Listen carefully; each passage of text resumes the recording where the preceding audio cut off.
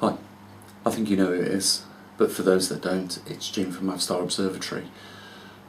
You know guys, we are facing, again, a common enemy globally, and I think the pandemic that we're currently experiencing is nature's way of giving us a metaphor of something rotting and spreading that rot. And in particular, you know, this mould that is on the bread, that is inevitably going to spread to every corner of that piece of bread, is, you know, another metaphor of our governments that we see operating right now. And I just want to say, you know, I think that our common enemy right now is the global governments around the world. It was probably more clearer in recent times because of the fact that we rely on social media, the mainstream media, you know, the news and things like that, for us to identify who our common enemies are. But now it has become like murky water. It's very difficult.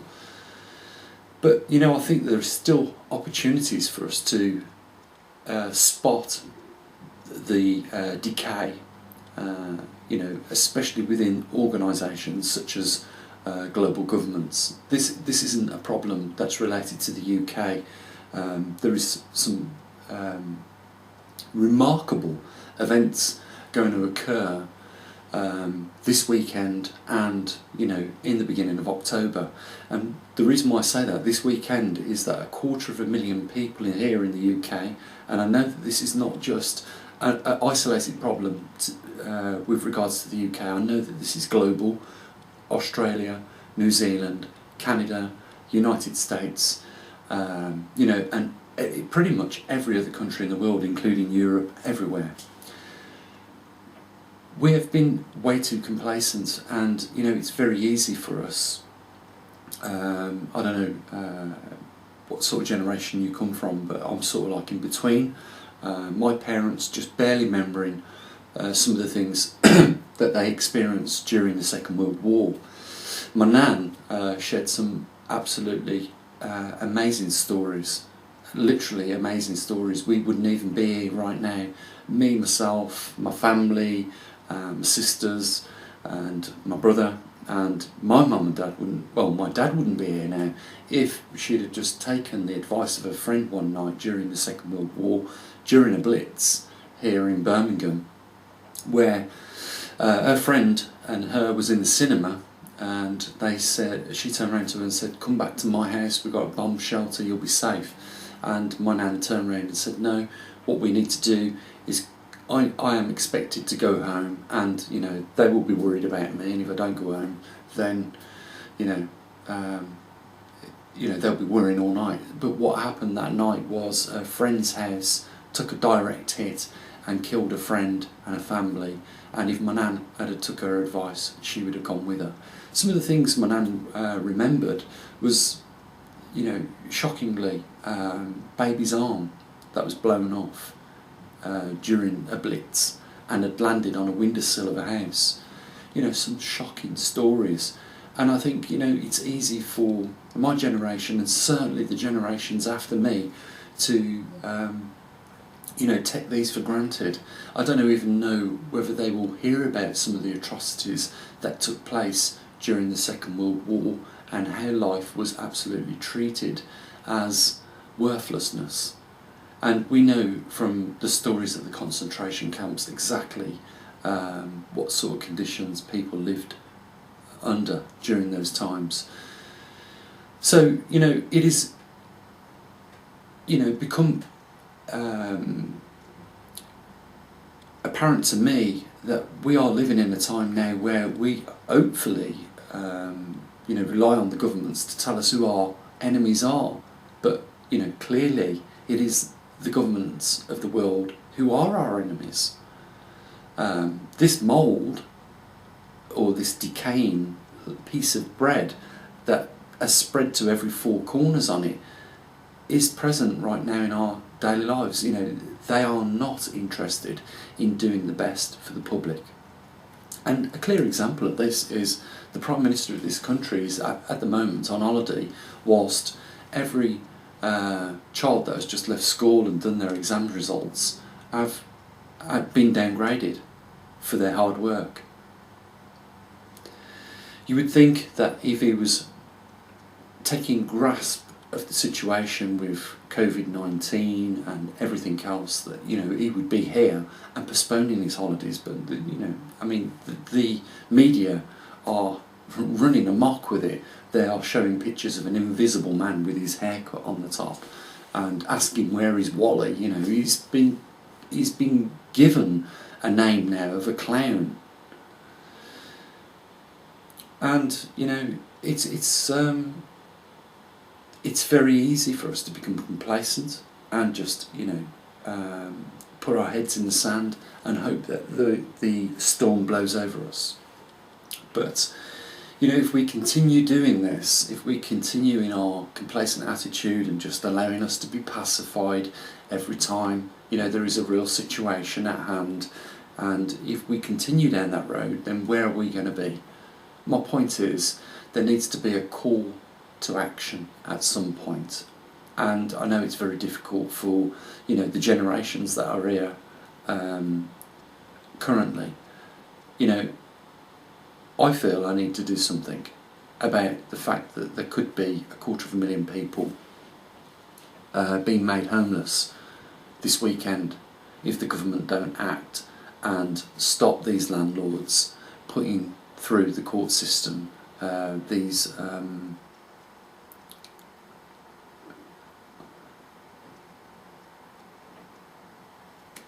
what's the word I'm looking for?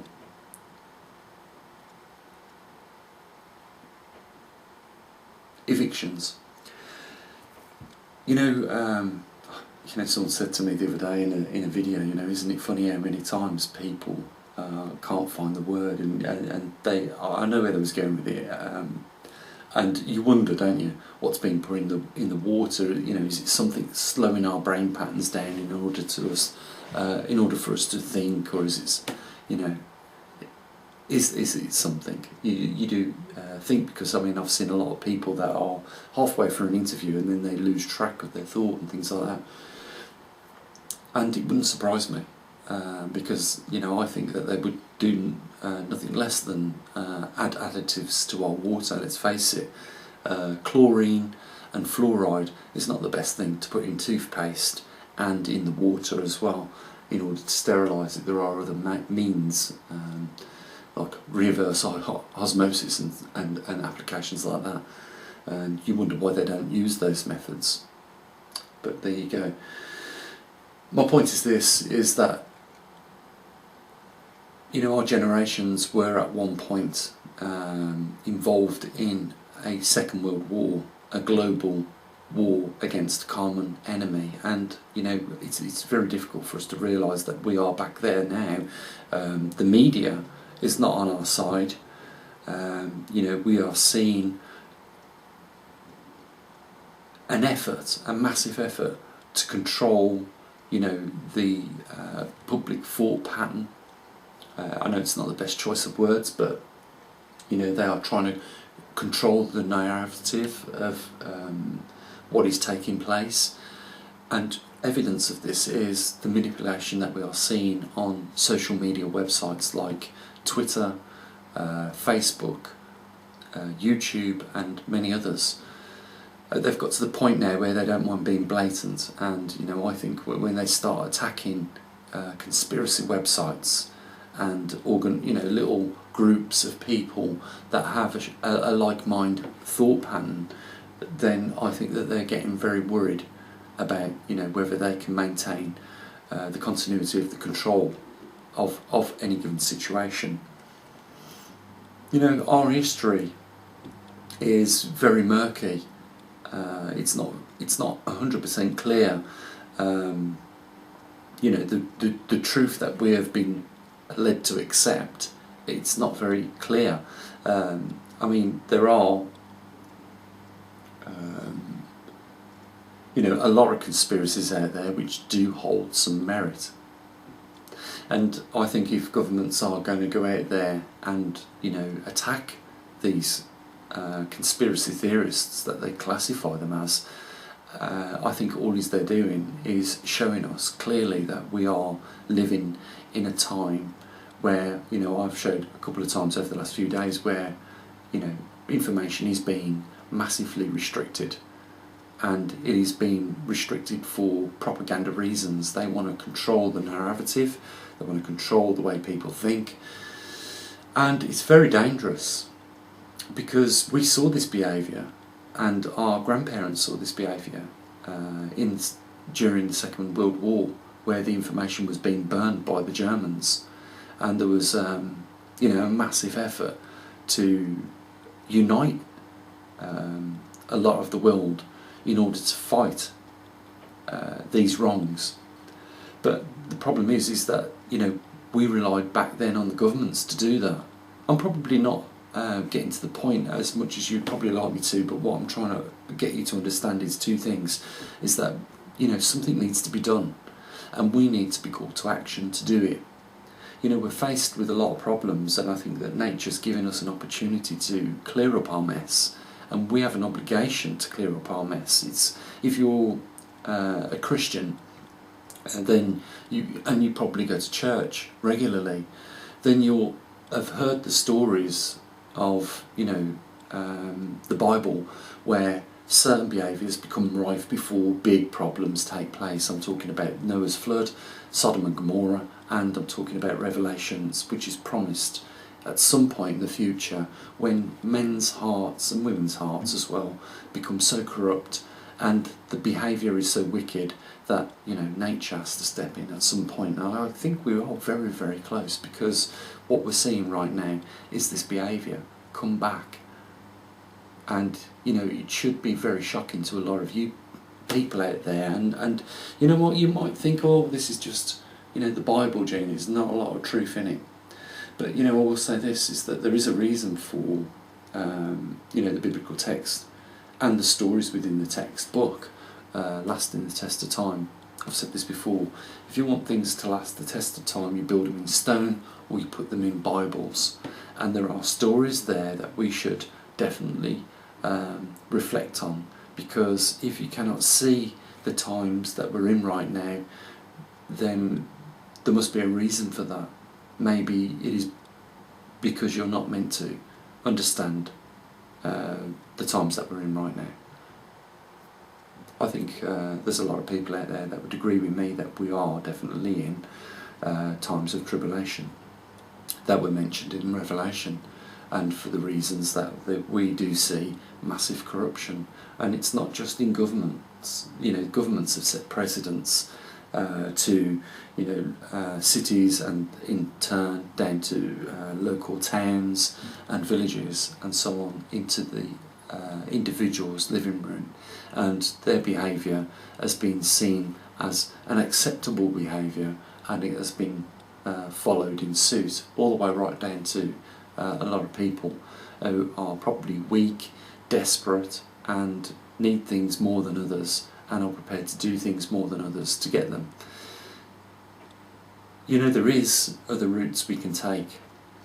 We was, according to the Bible, I don't want to talk too much about the Bible, because I know just how many people think about it these days as just a waste of time. But, you know, we were given stewardship of this planet, and, you know, we were given intelligence so that we could manage this planet as good stewards. And I want to ask you just clearly, do you think we're doing a good job of the way we are going about our business today? And I want to ask, if we continue going as we are right now, do you think it will be a heaven on earth? Or do you think we could be taking it towards the direction of a hell upon earth?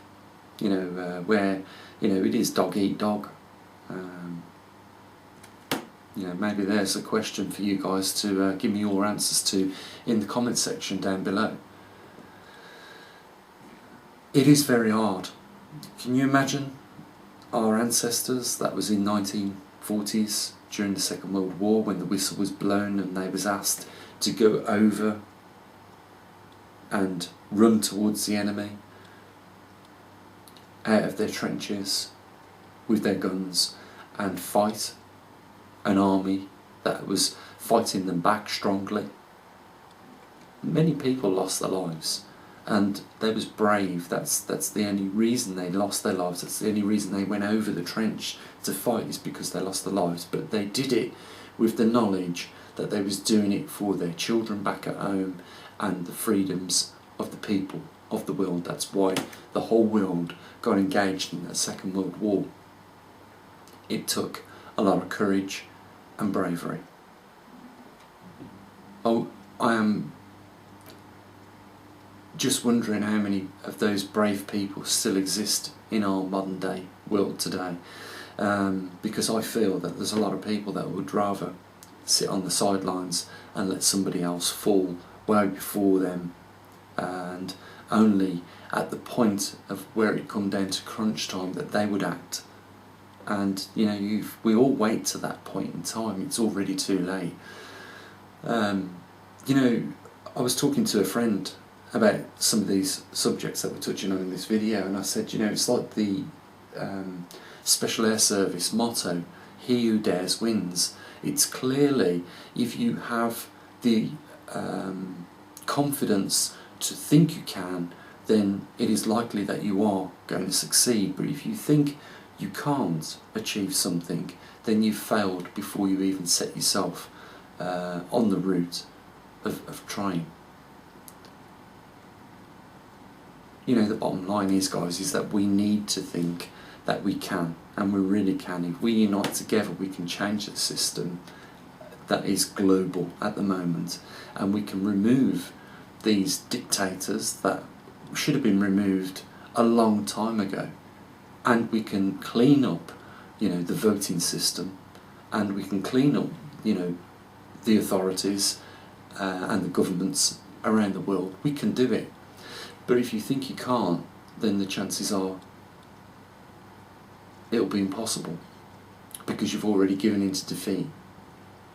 And you know, I've had opportunities in life to experience this. You know,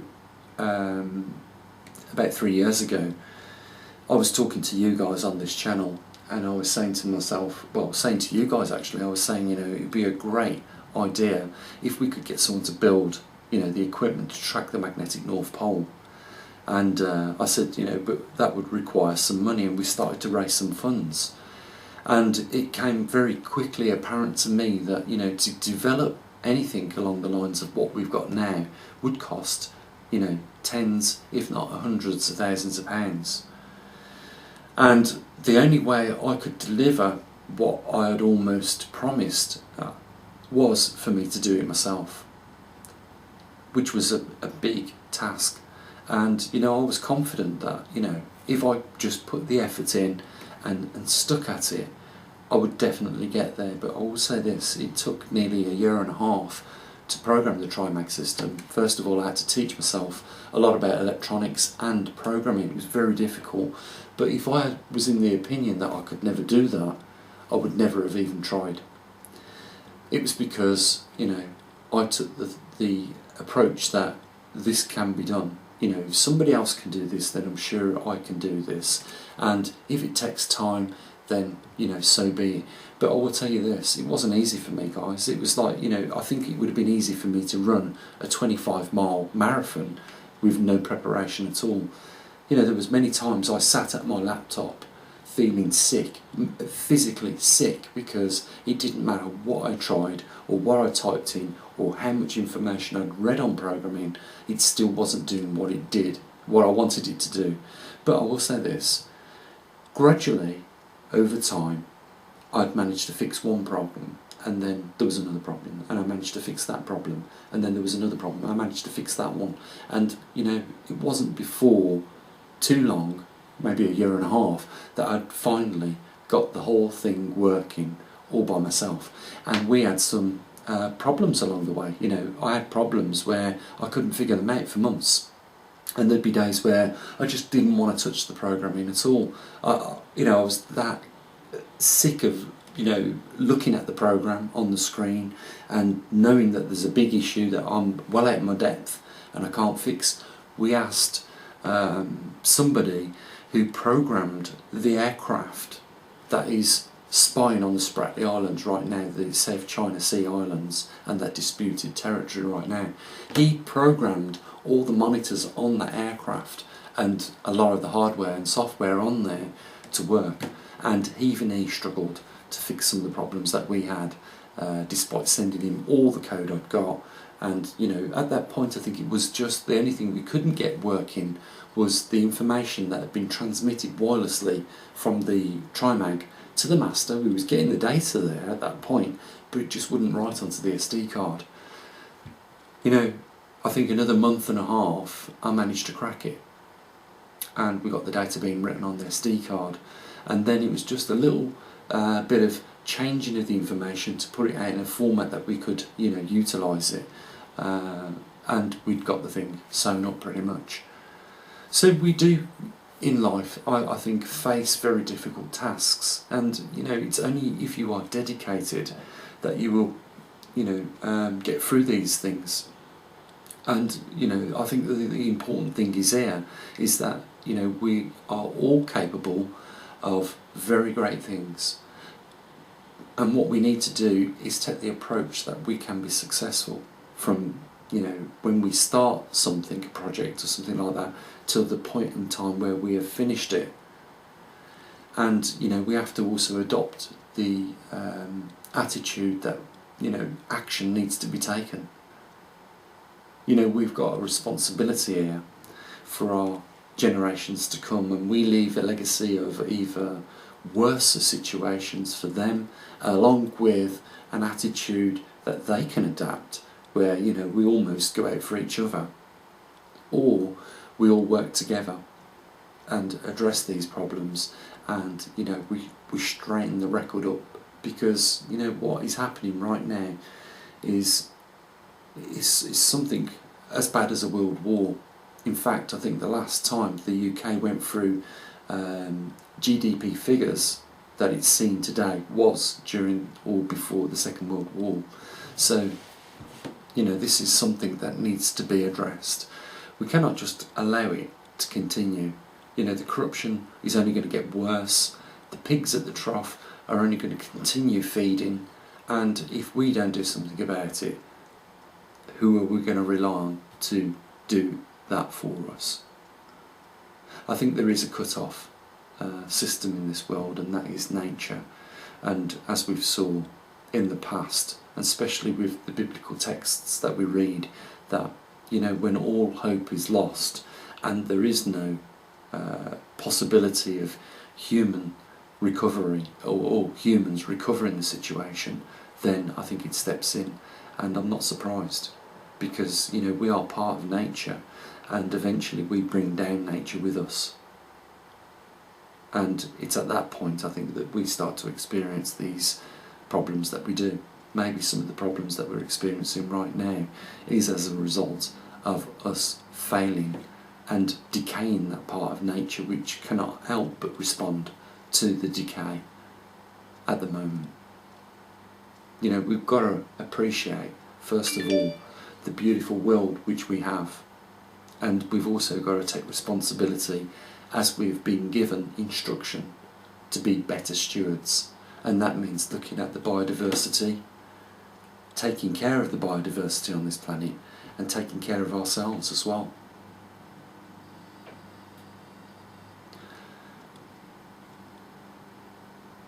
You know, I'm interested in your comments, and please do give me them. You know, I think it is a time that we now start to, you know, take action. We cannot allow things to continue like this. If we do, we know that we've only got worse situations to come further on down the road.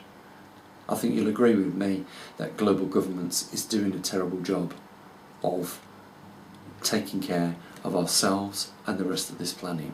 It seems that they are going out for themselves, and you know, the last thing we want is everybody to go out for themselves. It will go nowhere.